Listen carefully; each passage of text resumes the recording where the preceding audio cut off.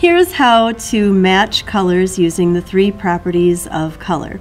First thing you need to do is to set up your matching practice. So you're going to get a piece of paper like this from the stack over by where all the paper is.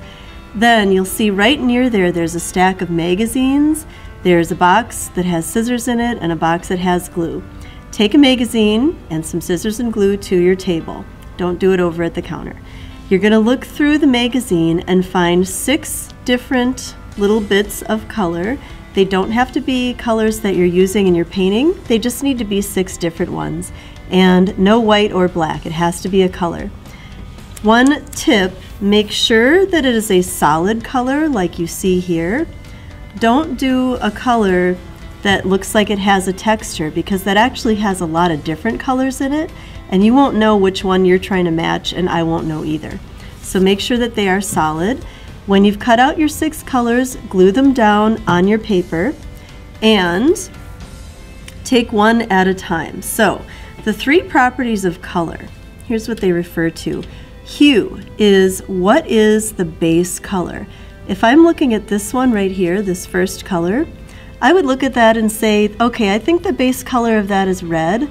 The next question, is there any of the analogous color in it? That's the color that's next to it on the color wheel. I would ask myself, is this more of an orange red or more of a violet red? And clearly it's more of a violet red, so I know I need red paint, I know I need violet. Then, value. Is the color lighter or darker than the paint in the bottle? In this case, I'm guessing it's darker. Sometimes you can use black paint. You've probably noticed the black paint sometimes looks kind of brown. What's better is if you use ink, and that is something you can get from Miss Mo. Comes in a bottle like this, and it is an art supply that people draw and paint with. This will darken your color a lot without changing the color, so you probably need ink for that. Lastly, intensity. We talked about this back in the complementary color scheme of your 4-color scheme. You have to ask yourself, is this a very bright color, or does it need to be more dull? And we remember that if you need to dull down a color, you add a little bit of the complement. This is a formula that you can follow to match any color using the paint colors that we have.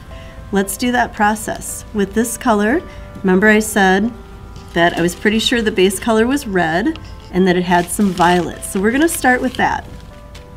When you're doing this, you can either use the middle of your palette, or if you've been doing this and you've kind of used up all of your spaces, you can get a plastic lid like this for a little more real estate. I'm going to use the middle here. So I'm going to start by scooping some red, putting it in the middle. I know that my base color's red, so I'm going to start with that. And I'm going to scoop some violet and I'm going to stir that together. So it looks like it's got kind of a lot of violet in it, so I'm going to add more. Stir that all up. I think I'm getting kind of close to the color.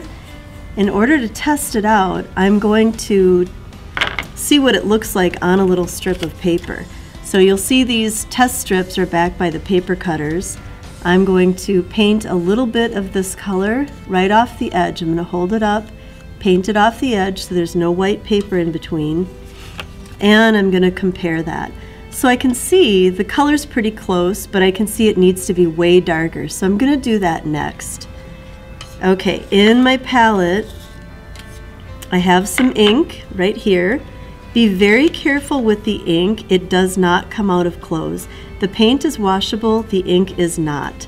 And a little bit goes a long way. So I'm just going to slightly touch my brush into the ink, and then, especially if I don't need a whole lot of it, I'm just going to dab some off on the paper towel first. You can always add in more. You can always get more. See how fast that changes? How much darker it gets? I'm going to make sure to roll the extra paint off my brush. Stir it up really well. Pick up my test strip again. See how different that is now that I've added some ink to it. So I think I'm on the right track. Okay, that's looking pretty close. I think it needs to be maybe just a little bit darker.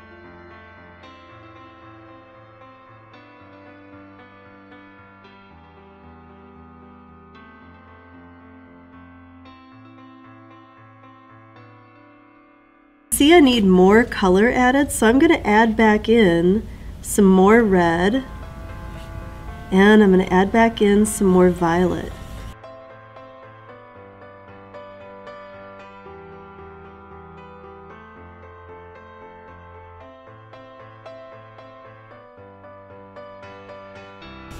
Test that out, see how it looks. That is looking more like it to me. Okay, you're going to notice that when you paint it on the paper, it's going to look a little bit thinner. It won't look as solid as the color. That's okay. When I'm grading it, I'll be able to tell that. So I think I've got my color here. I'm going to paint a little bit down right underneath this color swatch, okay? Later on, when it dries, if I look at it again and I realize that that is not right, what I would do is remix it, and then I can put my corrected version either above or below, and then cross out the one that you don't want me to grade. And then you move on to your other colors. You might need to wash out your palette. You might need to just get an extra paint lid to do your mixing in. When you're all finished with this, you're going to put it on the drying rack and let it dry, and then you're going to turn it in to the turn in folder. Make sure your name's on it. If it helps you, write hue, value, and intensity at the top to remind yourself of the formula.